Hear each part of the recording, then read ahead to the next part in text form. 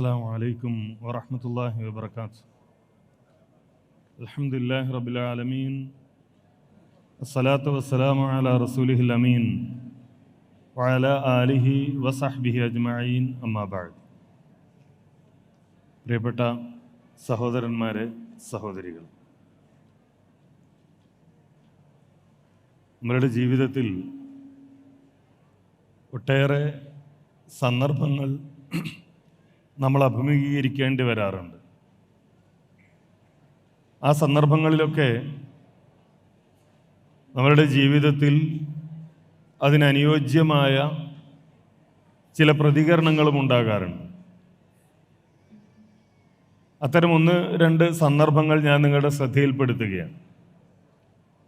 എന്തായിരിക്കും ആ സമയത്ത് നിങ്ങളുടെ ജീവിതത്തിൽ നിങ്ങൾ നടത്തുന്ന പ്രതികരണം എന്നതാണ് നിങ്ങൾ ഓരോരുത്തരും മനസ്സിൽ ചിന്തിക്കേണ്ടത്. ഉറക്കെ വിളിച്ച് പറയാനല്ല, നിങ്ങൾ മനസ്സിൽ ചിന്തിക്കുവാൻ വേണ്ടിയാണ്.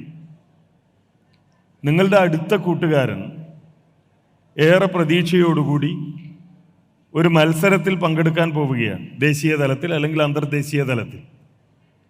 ആ മത്സരത്തിൽ അയാൾ വിജയിക്കുന്നു. ആ വിജയിച്ച സന്ദേശം നിങ്ങൾക്ക് ലഭിക്കുന്നു. എന്താകും നിങ്ങളുടെ ആദ്യത്തെ പ്രതികരണം? നിങ്ങളുടെ നാവിൽ നിന്ന് പുറത്തു വരുന്ന ആദ്യത്തെ വാക്ക് എന്തായിരിക്കും? 1. രണ്ടാമത്തേത്, അതേ സന്ദർഭത്തിൽ തന്നെ ആ കൂട്ടുകാരൻ, നമുക്കറിയാം ഏറെ പ്രതീക്ഷയോടുകൂടിയാണ് അയാൾ പോയത്, പക്ഷെ അയാൾ ആ മത്സരത്തിൽ പരാജയപ്പെടുന്നു. എന്തായിരിക്കും നിങ്ങളുടെ നാവിൽ നിന്ന് പുറത്തു വരുന്നത്? മൂന്നാമത്തെ ഒരു സന്ദർഭം, നിങ്ങളുടെ ഈ പറയുന്ന ഒരടുത്ത കൂട്ടുകാരൻ, അദ്ദേഹത്തിൻ്റെ കുടുംബവുമായി നിങ്ങൾക്ക് അടുത്ത ബന്ധമുണ്ട്. പെട്ടെന്ന് നിങ്ങളുടെ ഫോണിലേക്കൊരു മെസ്സേജ് വരുന്നു, അല്ലെങ്കിൽ നിങ്ങളെ ആരെങ്കിലും വിളിച്ചു പറയുന്നു, ആ കൂട്ടുകാരൻ്റെ പിതാവ് അല്ലെങ്കിൽ മാതാവ് മരണപ്പെട്ടിരിക്കുന്നു. നിങ്ങളുടെ നാവിൽ നിന്ന് ആദ്യം വരുന്ന പ്രതികരണം എന്തായിരിക്കും? സ്വാഭാവികമായും ഏത് മരണവാർത്ത കേൾക്കുമ്പോഴും നമ്മളുടെ മനസ്സിൽ നിന്ന് ബാക്കിയുള്ളതിനൊക്കെ നിങ്ങൾക്ക് വ്യത്യസ്തമായ ഉത്തരങ്ങൾ ഉണ്ടാകാം.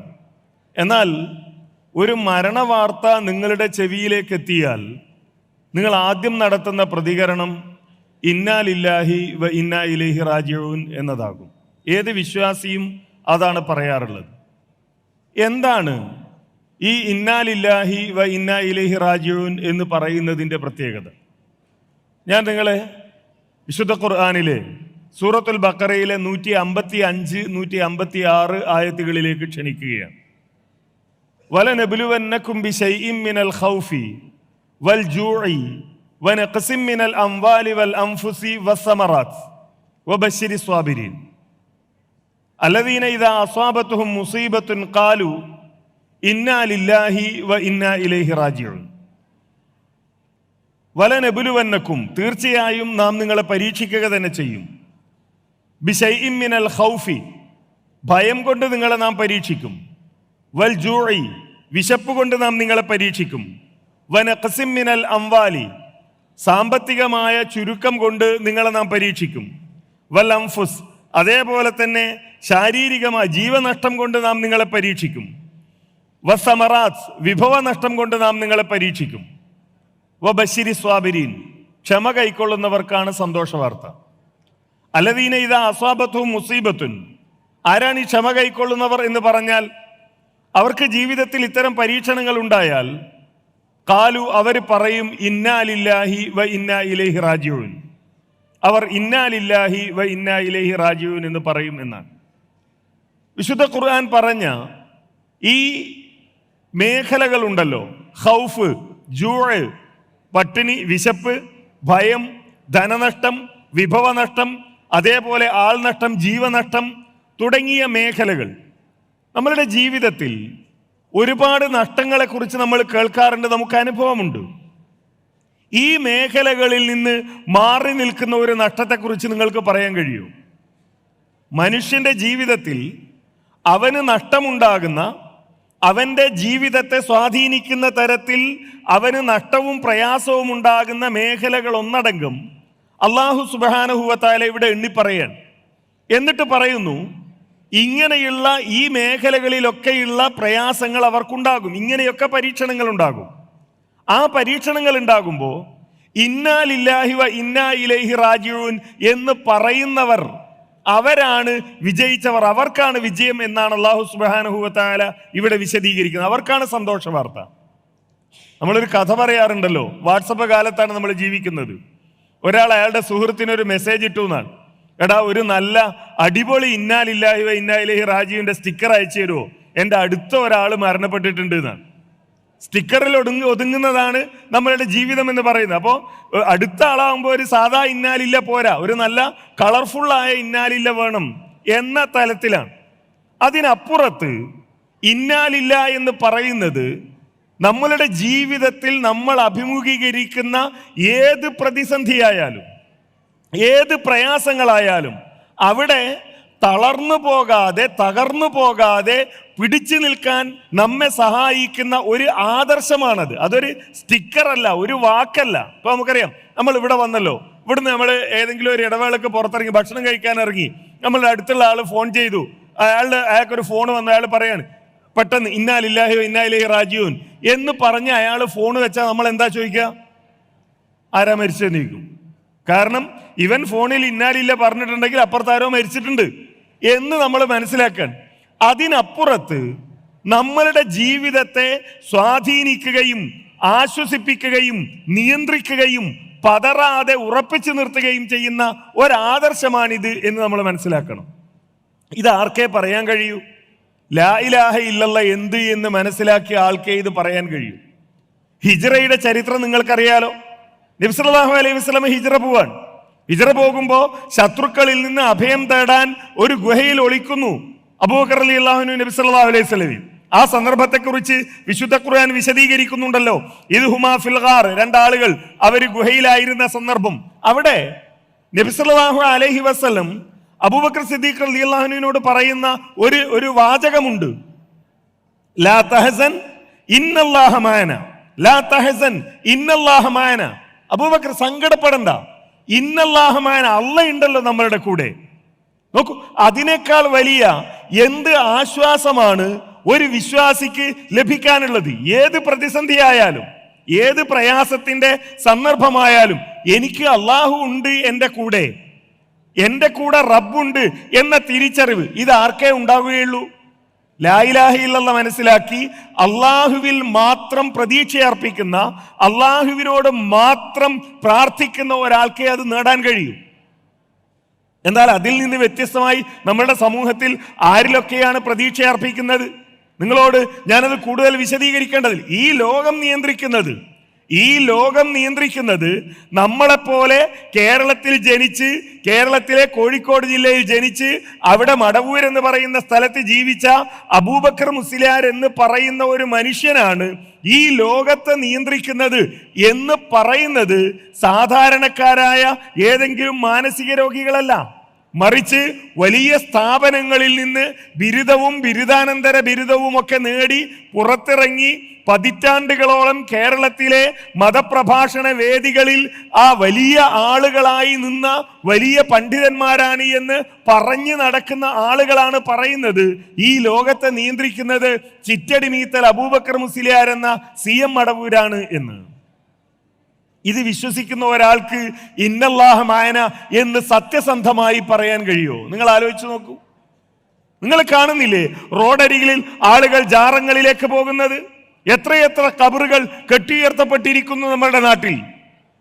പല സ്ഥലങ്ങളും അറിയപ്പെടുന്നത് തന്നെ ഇത്തരം നേർച്ചകളുടെ പേരിലല്ല. ഭീമാപള്ളി അറിയപ്പെടുന്നത് അവിടെയുള്ള ഒരു ജാറത്തിന്റെ പേരിലാണ്. ആ ജാറം അവിടെ ഇല്ലെങ്കിൽ ആ നാടിന് കേരളത്തിന്റെ ഭൂപടത്തിൽ ഒരു പ്രസക്തിയുമില്ല. പുത്തൻപള്ളി, കടുവാപ്പള്ളി എന്നിങ്ങനെ തുടങ്ങിയ നാടുകൾ.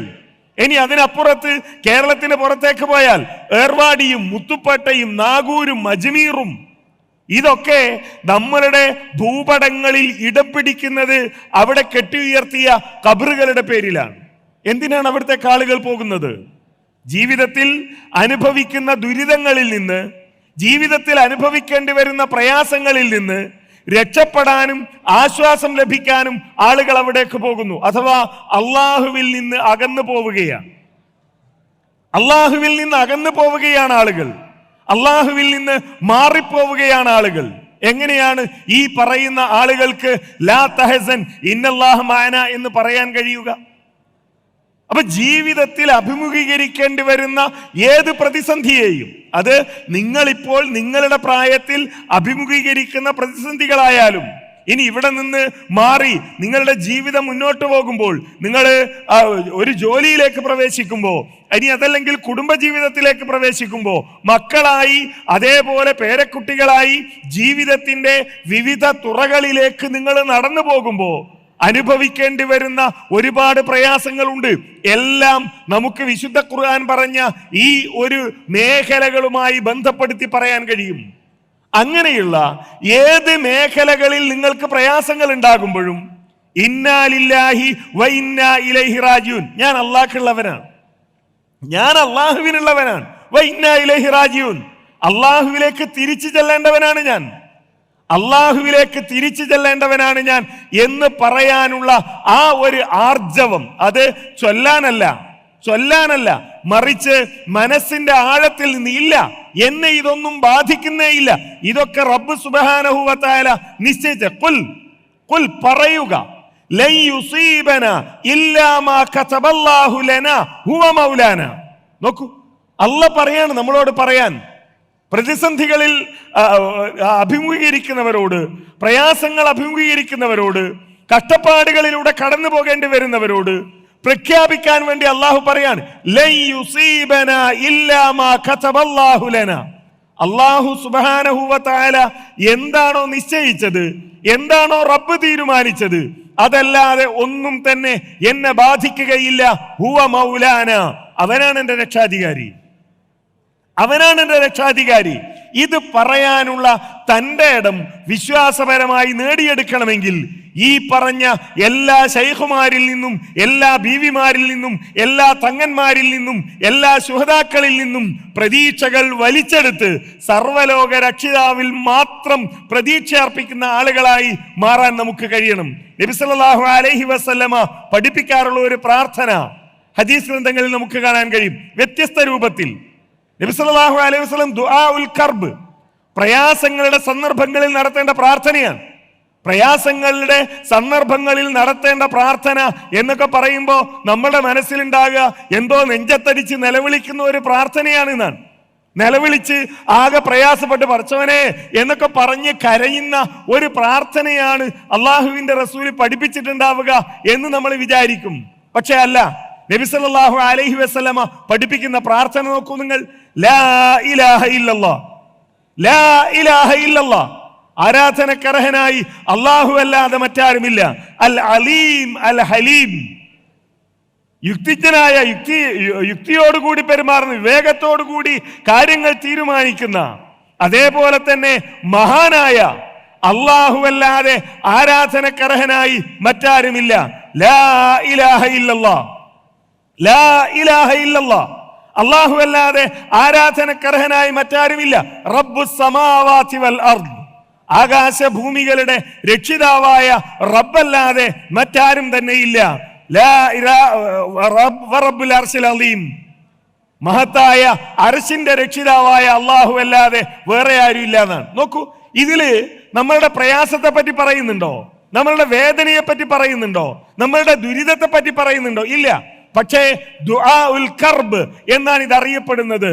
പ്രയാസത്തിന്റെ സന്ദർഭത്തിൽ നടത്തേണ്ട പ്രാർത്ഥന എന്ന് പറഞ്ഞാൽ നമ്മളുടെ മനസ്സിൽ ആ റബ്ബിനെ കുറിച്ചുള്ള പ്രതീക്ഷ, ഈ ആകാശവും ഭൂമിയും ഒക്കെ നിയന്ത്രിച്ചു കൊണ്ടിരിക്കുന്ന റബ്ബ്, മഹത്തായ അർശിന്റെ റബ്ബ്, ഏറ്റവും മഹാനായ ആ റബ്ബ്, ആ റബ്ബിന്റെ അടിമയാണല്ലോ ഞാൻ.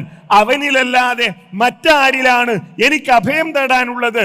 അവനിലല്ലാതെ മറ്റാരിലാണ് എനിക്ക് പ്രതീക്ഷ അർപ്പിക്കാനുള്ളത് എന്ന ഒരു ചിന്ത നമ്മുടെ മനസ്സിലുണ്ടായാൽ പിന്നെ എന്താ നമ്മുടെ ജീവിതത്തിൽ പ്രയാസമായിട്ട് നമുക്ക് തോന്നുക? അല്ലാഹു അക്ബർ എന്ന് എത്ര പ്രാവശ്യം ഒരു ദിവസം പറയുന്നു നമ്മൾ? എത്ര പ്രാവശ്യം എണ്ണി പറയാൻ കഴിയും? ഞാൻ പറയുന്നു, ഇവിടെ കൂടിയ ഈ വിദ്യാർത്ഥികളുടെ കൂട്ടത്തിൽ ഒരാൾക്കും പറയാൻ കഴിയില്ല ഇന്നലെ നിങ്ങൾ എത്ര അല്ലാഹു അക്ബർ എന്ന് പറഞ്ഞു എന്ന് ചോദിച്ചാൽ. അത്രയധികം പറഞ്ഞു. അള്ളാഹുവാണ് ഏറ്റവും വലിയവൻ, അള്ളാഹുവാണ് ഏറ്റവും വലിയവൻ. തൗഹീദിന്റെ ഈ ഏറ്റവും വലിയ മന്ത്രം അത് ഉരുവിടുന്ന ആളുകളാണ് നാം. നമുക്ക് ഒരു പ്രശ്നങ്ങളാവില്ല, ആവരുത്. നമ്മൾ ആത്മഹത്യയിലേക്ക് പോകില്ല, നമ്മൾ ജാറത്തിലേക്ക് പോകില്ല, നമ്മുടെ ജീവിതത്തിൽ നിരാശയുണ്ടാവില്ല, നമ്മളുടെ ജീവിതത്തിൽ ഇനി എന്ത് എന്ന ചോദ്യചിഹ്നം ഉണ്ടാവില്ല. മറിച്ച് അവിടെയൊക്കെ എന്റെ റബ്ബാണ് എനിക്ക് വഴി കാണിക്കുന്നത്, ആ റബ്ബിന്റെ തീരുമാനമാണ് നടക്കുന്നത്, ആ റബ്ബിലാണ് ഞാൻ പ്രതീക്ഷ അർപ്പിക്കേണ്ടത് എന്ന ബോധത്തോടു കൂടിയാണ് നമ്മൾ മുന്നോട്ട് പോകേണ്ടത്. ആ ഒരു വിശ്വാസം നമ്മളുടെ മനസ്സിൽ ഉണ്ടാവുക. അങ്ങനെ മനസ്സറിഞ്ഞ് ലാ ഇലാഹ ഇല്ലല്ലാഹ് പറയുക, മനസ്സറിഞ്ഞ് ഇന്നാ ലില്ലാഹി പറയുക, മനസ്സറിഞ്ഞ് അല്ലാഹു അക്ബർ പറയുക. അല്ലാഹു നമ്മെ അനുഗ്രഹിക്കുമാറാകട്ടെ. വൽഹംദുലില്ലാഹി റബ്ബിൽ ആലമീൻ. അസ്സലാമു അലൈക്കും വറഹ്മത്തുള്ളാഹി വബറകാതുഹു.